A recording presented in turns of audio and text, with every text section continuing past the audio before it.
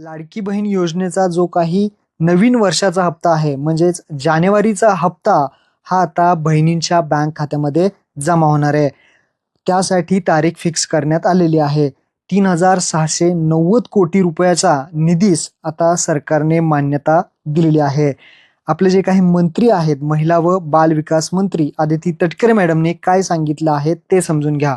तर इथे पाहू शकता, मुख्यमंत्री माझी लाडकी बहीण योजना या योजनेअंतर्गत 3,690 कोटी रुपयाच्या निधीस राज्य मंत्रिमंडळाची मान्यता देण्यात आलेली आहे.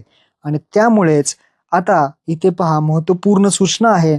26 जानेवारी 2025 पर्यंत सर्व पात्र भगिनींना लाभ हस्तांतरण होणार आहे.